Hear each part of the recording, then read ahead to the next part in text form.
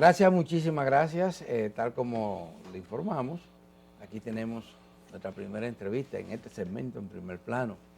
Se trata de los autores de este estudio de condiciones de competencia en las administradoras de riesgo de salud, las ARS, en la República Dominicana. Y lo han hecho a través de Procompetencia, que es una entidad estatal que se enfoca más básicamente en las reglas del mercado.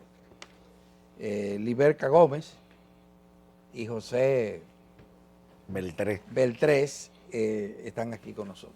Liberca es la directora de estudios económicos de Procompetencia y Beltrés de promoción y abogacía, incidencia, son los títulos que tiene de la misma entidad. Bienvenidos. Muchísimas gracias. ¿Cuáles son los hallazgos principales que ustedes nos pueden mostrar de este estudio que acaban de hacer? Primero que todo, muchísimas gracias por recibirnos en su programa. Este estudio realizado por la Comisión Nacional de Defensa de la Competencia viene a cubrir un espacio desde el punto de vista, desde nuestra perspectiva de la regulación de los mercados como tal.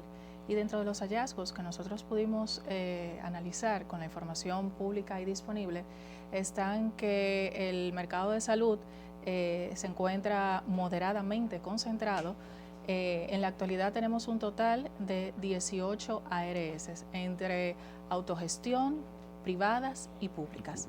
Entonces es un dato interesante para nosotros porque de acuerdo a la resolución del Consejo Directivo de Procompetencia, en donde tiene unos esquemas para saber cuándo un mercado está concentrado altamente, está moderadamente concentrado o no está concentrado, este es un mercado que se encuentra moderadamente concentrado, si lo miramos desde el punto de vista de los ingresos al sistema. Moderadamente. Moderadamente.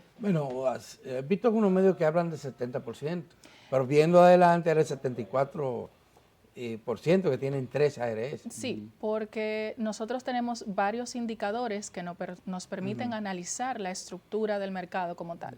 Por un lado tenemos el índice de IHH, Herfindahl-Hirschman, que es el que nos da el puntaje. Si es mayor a 2.500 puntos, entonces tenemos un mercado altamente concentrado.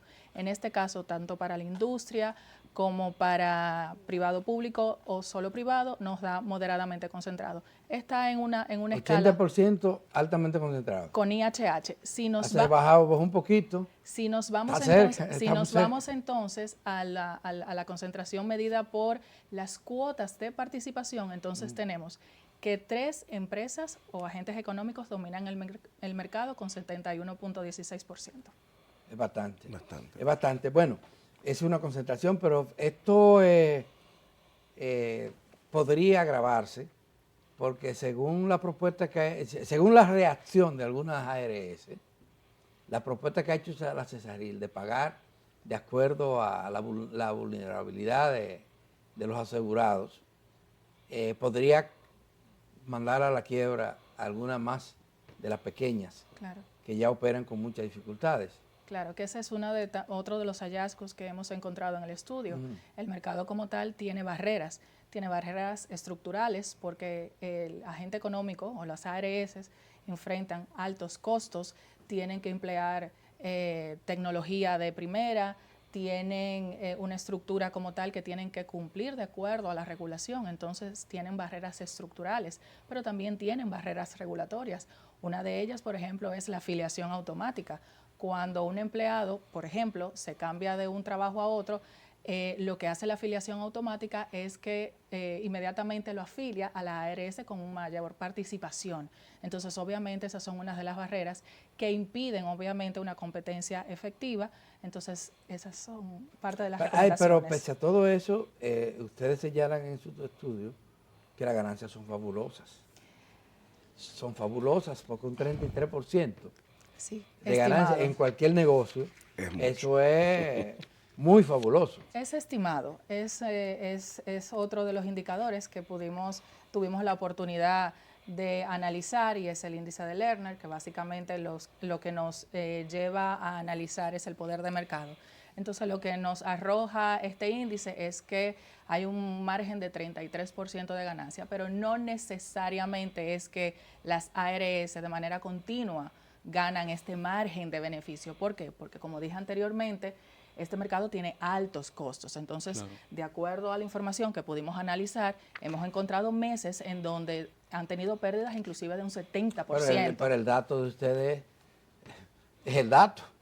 Si el 33% supone que ustedes analizaron un periodo del determinado 2010 al 2020. Y vieron es un promedio que supera esa situación. Probablemente que en algunos momentos ganen más. Sí, pero también en promedio. En otros ganan menos. Exacto. Y van a pérdida. Alto, y van a pérdida también. ¿Y cuál van a pérdida? ¿La chiquita? En promedio, las privadas pueden ir a pérdida o el conjunto de la industria como tal. Entonces, eso se mira por mes, ese promedio como tal. Ya, porque hay algunas de las que se mantienen, que no existieran si no fuera por el subsidio estatal. Caso la ARS de la Universidad Autónoma de Santo Domingo, caso la ARS de los maestros y las maestras, caso la ARS de los médicos. Por ejemplo, nosotros tuvimos un tema que, a pesar de que nosotros decimos que en total para el 2024 hay 24 ARS en total, 4 de autogestión, e incluimos a la ARS de la UAS, cuando vamos a analizar la información, no tenemos información de la UAS. Entonces, aunque decimos que hay 24 ARS y 4 de gestión, no hay información disponible que nosotros pudiéramos tener acceso al de la UAS en términos de ingresos ni de afiliados. Al tema de los maestros, sí. Pero al de la UAS no pudimos tener acceso. Entonces, de nuevo, aunque tenemos un total de 24, la información para la ARS de la UAS no. Pero ustedes hablan de 18 ARS, de 18 a 24. ¿Cuáles son las?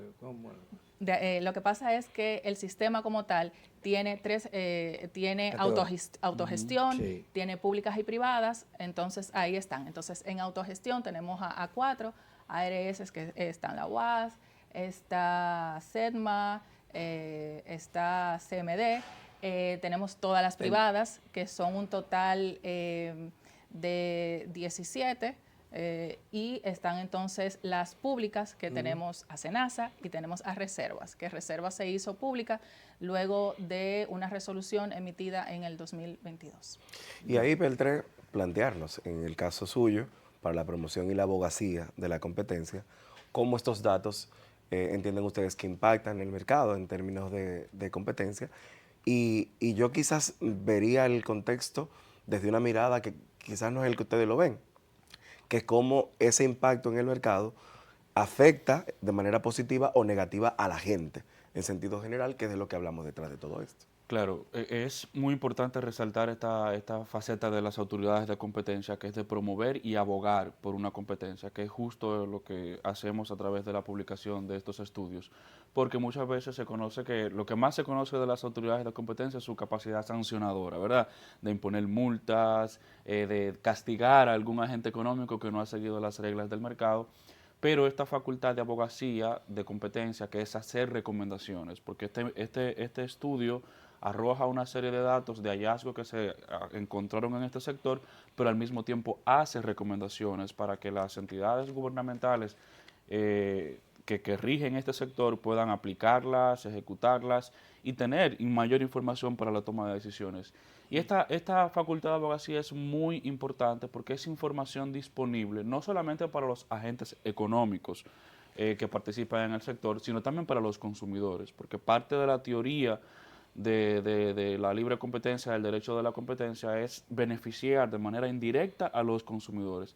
Y parte de lo que se arroja en las recomendaciones precisamente es una de esas, esa mayor transparencia en los servicios y los precios que ofrecen las ARS para que nosotros, los consumidores, puedan tener más información al momento de decidir sobre cuál ARS suscribirse, acudir y cuál presenta mejores servicios. De manera que la Facultad de Abogacía de la Competencia es muy importante porque, como yo siempre digo, es el día a día de la aplicación de la ley.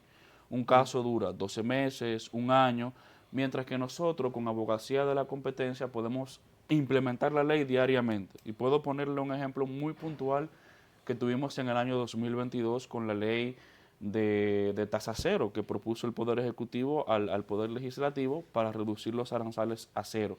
Nosotros hacemos una revisión periódica de los proyectos de ley y de todo cualquier instrumento estatal, y allí encontramos, bueno, muy bien este proyecto que busca reducir arancel los productos de la canasta básica familiar, pero no establece un volumen de importación por producto y por empresa, lo cual quiere decir que si el proyecto tiene una vigencia de 6 meses, pero yo tengo mayores capacidades económicas, puedo importar cualquier tipo de cantidad de producto a un arancel cero y congelarlo y distribuirlo y compro hasta por 2 años, por ejemplo, de producción. Y parte de lo que vimos en ese proyecto en su momento que le hicimos al Senado de recomendación era establecer un volumen de importación por producto y por empresa. Y en el caso que nos ocupa ahora, y eso este caso de precisamente las va ARS, a consumir los consumidores. ¿cómo los consumidores se pueden defender de las ARS? Porque casi todas tienen elementos comunes. Es difícil conseguir que las prueben, implica muchos problemas que las prueben los servicios a los que el ciudadano tiene derecho. La posibilidad de apelación implica un proceso larguísimo. Me refiero específicamente, si voy y me recomiendan que me haga unos análisis y el laboratorio me dice, no, pero eso no lo cubre el seguro. Hay un pleito, hay un tema serio ahí. La tarifa que están establecidas en la ley son distintas a la tarifa que realmente cobran los prestadores de servicios, llámese clínicas, llámese laboratorios, llámese farmacias, llámese médicos, inclusive, o sea, una consulta médica, que se supone que un seguro debería cubrir. ¿Cómo el ciudadano se defiende frente a eso? Ahí es que viene o entran las recomendaciones de Procompetencia en cuanto a la simetría de información. El ciudadano, el afiliado, necesita tener mayor acceso a estas informaciones para poder tomar decisiones de manera más racional y de manera más consciente. Cuando uno sepa todas estas informaciones, entonces uno va a tener el poder de elegir a cuál ARS me puedo mover, porque me puedo mover. Y ese es otro tema. Aclarar que la ley dice que nos podemos... Pero la gente se está moviendo hacia esas 3 principales. Sí. Fíjate que los maestros tienen un seguro, pero más de la mitad de los maestros ya no están en ese seguro. Se movieron a otros. Claro. A una ARS, quiere decir, los maestros tienen su propia ARS, que la manejan ellos. Bueno, también parte de la competencia es que todos puedan ofrecer, mejorar sus servicios. Pero lo que quiero decir es, esto no ha resuelto el tema de los abusos que se cometen contra el ciudadano. Claro. Que paga un seguro, enfermo o no se enferme, ¿verdad? Durante tiempo largo, sobre ustedes los más jóvenes, lo usan muy poco. Sin embargo, el día que le toca usarlo, tienen que sacar del bolsillo para cubrir los costos de los servicios que les prestan, que cubre la ARS. Ese es el gran problema. Claro. El denominado copago, ¿verdad? Que está determinado por múltiples factores, incluyendo la alta ganancia de la ARS, que no tienen control. No, y también ahí influye todo el tema de la inflación, porque también, como podremos ver en el estudio, a lo largo de los años analizados, del 2010 al 2024, tenemos una inflación muchísimo, más elevada que la inflación general. Casi un 40% más alta. Entonces, el tema es que eso influye en los copagos, eso influye en todo ese tema. ¿Y a qué se debe ese hecho? Que los medicamentos suban más que el resto de los productos que consume la gente. Bueno, porque también nosotros demandamos de esos productos, y un ejemplo de eso también lo pudimos ver en la pandemia. Nosotros pudimos analizar que en la pandemia, obviamente, la inflación creció muchísimo más en el sector salud que a nivel general por la demanda que había. Entonces, de nuevo, estos estudios como tal, lo que vienen a hacer es a analizar el mercado desde el punto de vista jurídico, cuáles son las regulaciones que podrían mejorarse desde el punto de vista económico y desde la perspectiva de la competencia para crear mayor eficiencia en el mercado. Como tal, estos estudios no vienen a penalizar a ningún agente económico, porque para eso hay otra área de procompetencia, que sería defensa de la competencia. Estos estudios no vienen de nuevo a penalizar ningún agente económico del sector, sino viene a analizar la estructura como tal, cómo funciona el sector y cómo podemos eficientizar lo que hay para beneficio del consumidor. Y en ese sentido es que van las recomendaciones de este estudio, que entendemos que puede seguir aportando, claro, y hay seguir siendo de especializado. ustedes que me parece muy trascendente. Uno tiene que ver con el tema de la concentración. Sí. Por supuesto, que es una tendencia que no solamente se está dando en la ARS, se está dando también en la clínica privada, en los laboratorios, que cada vez son menos, en las farmacias. Claro. Cada vez desaparecen más las farmacias pequeñas. El otro dato que ustedes dan, que es importante, tiene que ver con esto último, la inflación. La inflación en el sector salud es mayor que la inflación promedio en el país. Y el tercero tiene que ver con la rentabilidad. Porque, oigan, por mucho maquillaje que quieran darle, un 33%, que es lo que ustedes han demostrado que existe, y no se lo están inventando, suponemos, es bastante, era para salud, que se plantea como un derecho, pero que se convierte en un negocio jugoso, bueno, como es este. Pero yo le pregunto a ustedes, miren, dentro del costo de los servicios, siempre se ha planteado, los prestadores de servicios, que los medicamentos son claves. Y no sé si ustedes analizaron el tema de lo que suplen los medicamentos, de la importación de medicamentos, del tipo de medicamentos. Se ha dicho que el no recetar, el recetar medicamentos de marca y no genérico es clave para los altos precios que tiene que pagar la gente por estos medicamentos. ¿Ustedes analizaron esa parte? Este no es un punto que toca el estudio, porque el estudio se enfoca en analizar la concentración de mercado de las administradoras de riesgo de salud. Ese es otro pilar, otra arista que debería de ser abordado más adelante. Pero lo que sí habla el estudio como tal en el tema de los beneficios, como usted bien señala, es que son beneficios estimados, porque como le decía anteriormente, de acuerdo a la información que pudimos tener acceso, encontramos fechas, por ejemplo, en el 2013, en donde tuvieron un 70% de pérdidas. ¿Por qué?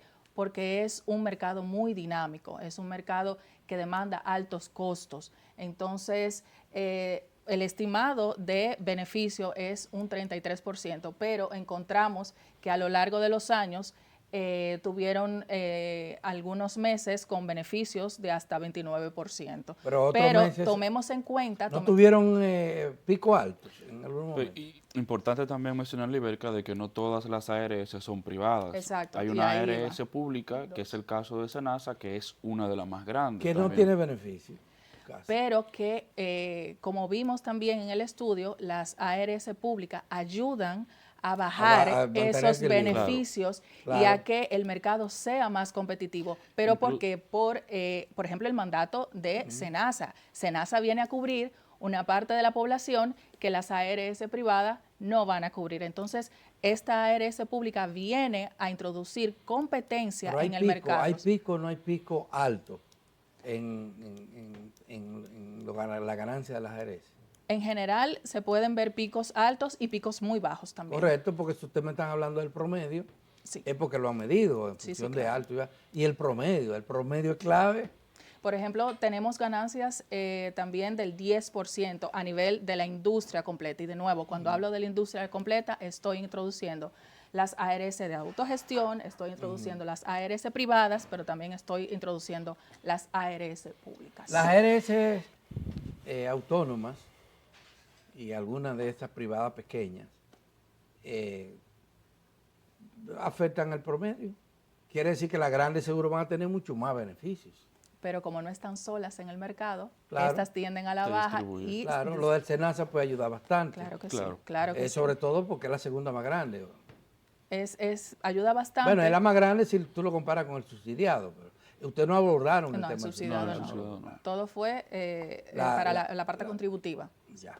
solo para la parte contributiva. Y en términos ejecutivos, José, ¿qué hacer con estos datos? Es decir, están puestos ya publicados como tal, pero hay actores claves con lo que se supone que esta información es importante. ¿Han Sí. planteado ustedes alguna ruta? Sí, esto es lo que nos queda ahora, ¿verdad? Sentarnos con las instituciones públicas vinculadas al sector, la CISALRIL, y evidentemente también a escuchar las inquietudes de las entidades privadas. Estas recomendaciones que se hacen en el estudio son no vinculantes, la ley le da esa categoría. Claro. De que no son vinculantes, pero sí sirven como una hoja de ruta para que desde los medios, desde el propio gobierno, puedan servir para que la población diga, mira, hay una simetría de información. Los consumidores, los afiliados no saben, no tienen información suficiente para elegir sobre cuál ARS acudir, o se ven obligatoriamente afiliados a una en el momento en que ingresan a su trabajo. De manera que estas recomendaciones, lo que nos queda ahora es tocar puertas, acudir, presentar, y con el apoyo de ustedes también, esto puede ser que llegamos Sí. a Yo cambiar un le poco. agradezco a ustedes que hayan venido y les felicito. El trabajo es interesante, muy importante y se refiere a un tema que es clave Claro. para la salud del pueblo dominicano. Hoy no se puede hablar de salud sin aseguramiento.